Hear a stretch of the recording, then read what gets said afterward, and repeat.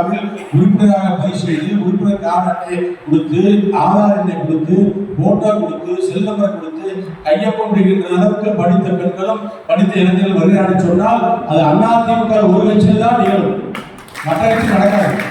ஆதார் கார்டை கொடுக்க மாட்டாங்க, செல் நம்பரை கொடுக்க மாட்டாங்க. அதிமுக கட்சியை தான் நம்புவாங்க.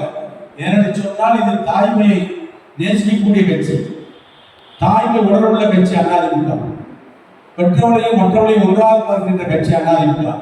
ஆகிய அதிமுகவுக்கு பெண்கள் இன்றைக்கு அலையாக செய்து விட்டார்கள். திமுக நல்லது செய்யக்கூடிய நம்பிக்கைத்தான் ஓட்டளித்தார்கள். நம்பிக்கை துறையும் செய்து விட்டது திமுக. நம்பியவர் நட்டாக விட்டுவிட்டது. சொன்ன வாக்குறுதிகள் எதையும் நிறைவேற்றவில்லை. சொல்லாத வாக்குறுதிகளை செஞ்சு கொண்டிருக்கிறார்கள். நமக்கு முழுமைப்படுத்துகிறார்கள். சொத்து வரி, வீட்டு வரி, மின்சார கட்டணம் போன்றவர்களை ஏற்றி நம்மளை கஷ்டப்படுத்துகிறார்கள். ஆகவே மக்களை துன்புறுத்துகின்ற இந்த ஆட்சி தேவையில்லை என்று பெண்கள் முடிவெடுத்துதான் இன்றைக்கு பெண்கள் சாரசாரியாக படித்த பெண்கள் அதிமுகவை பூத் கமிட்டி பொறுப்பாளர்களாக எடப்பாடியுடைய தலைமையேற்று வந்துவிட்டார்கள். அதை நாம் சரியாக பயன்படுத்திக் கொள்ள நிர்வாகிகள். ஆகவே ஒட்டுமொத்த அதிமுகவுடைய கோட்டையாக சேத்தூர் பேராட்சி என்றைக்கு திகழக்கூடியது. என்றைக்கு இங்கே சேத்தூர் பேராட்சி சொன்னாலே அனைத்து சமுதாய மக்களும் ரெட்டலைக்குத்தான் வாக்களிப்பார்கள்.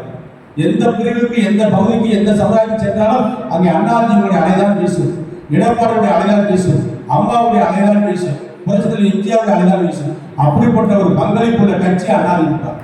ஆகவே இது இந்த கோட்டையில் இதற்கு இடமில்லை என்று சொல்லக்கூடிய அளவுக்கு வலுவான ஒரு அமைப்பை ஏற்படுத்த உங்கள் அன்போடு கேட்டு பூத் கமிட்டி நிர்வாகிகளாக தேர்வு செய்யப்பட்டிருக்கின்ற இளைஞர்கள், எனது சகோதரிகள் அத்தனை பேர்களுக்கும் அன்பான, பணிவான, பண்பான வாழ்த்துக்களை, வணக்கங்களை தெரிவித்து உங்களுக்கு எல்லாம் நல்ல எதிர்காலத்தை நாங்கள் உருவாக்கி தருவோம். அதற்கான காலம் வந்து கொண்டிருக்கிறது.